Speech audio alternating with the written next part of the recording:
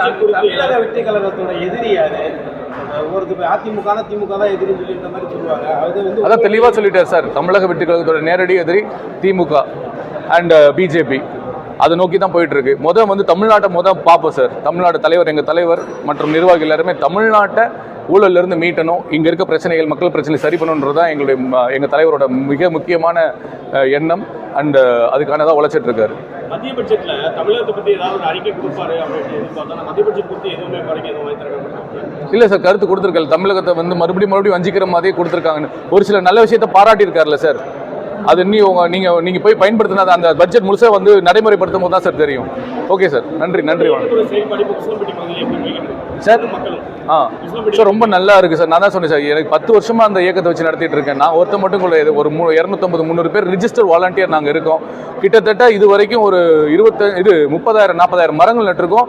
அதில் 30,000 மரங்கள் மரமாயிருக்கு. என்கிட்ட டாக்குமெண்ட்ரி இருக்குது. நான் வைக்கிறது மட்டும் இல்லை, அது மெயின்டைன் பண்ணி பார்த்துட்டு இருக்கேன். வைக்கிறது ஒரு டீம், மெயின்டைன் பண்ணுறது ஒரு டீம். ஸோ எனக்கு முக்கியம் என்னென்னா, என்னோட கனவு கிரீன் இண்டியா, கிரீன் வேர்ல்டு. அதுதான். இயற்கையும் என்விரான்மெண்ட்டும் நல்லா இல்லைன்னா இந்த பூமியில் யாருமே வாழ முடியாது. திருப்பி அதுதான் நான் வலியுறுத்துறேன். ஆல்சோ விவசாயத்துக்கும் நான் என்னோட இம்பார்ட்டன்ஸை பற்றி நம்மாழ்வார் சொன்ன விவசாயத்தோட விஷயங்களையும் நான் பரப்பிட்டு இருக்கேன். இதுதான் என்னோட இயக்கத்தோட, மண்ணுக்கு மக்கள் இயக்கத்தோட மிக முக்கியமான.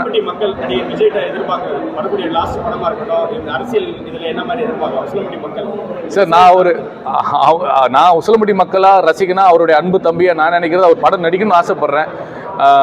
உசிலம்பட்டிக்கு என்ன ஒரு முன்னேற்றம் வரணும்னா, அங்கே விவசாய நிலங்கள் நிறைய இருக்குது. வைகை தண்ணி நிரந்தரமாக வரணும். அந்த 58 கால்வாய் திட்டம் நிறைவுக்கு வரணும். அப்படி நிறைய பணிகள் முடிவடையாமல் இருக்குது. முக்கியமாக விவசாயம் அங்கே செழிக்கிறதுக்கு என்னெல்லாம் செய்யணுமோ அதான் செய்யணும். மற்றபடி எங்களுக்கு ஸ்கூல், பள்ளிக்கூடம்லாம் இன்னும் முறைப்படுத்தப்படணும் சார். அந்த டாக்டருக்கு கூப்பிட்றேன், அவங்களை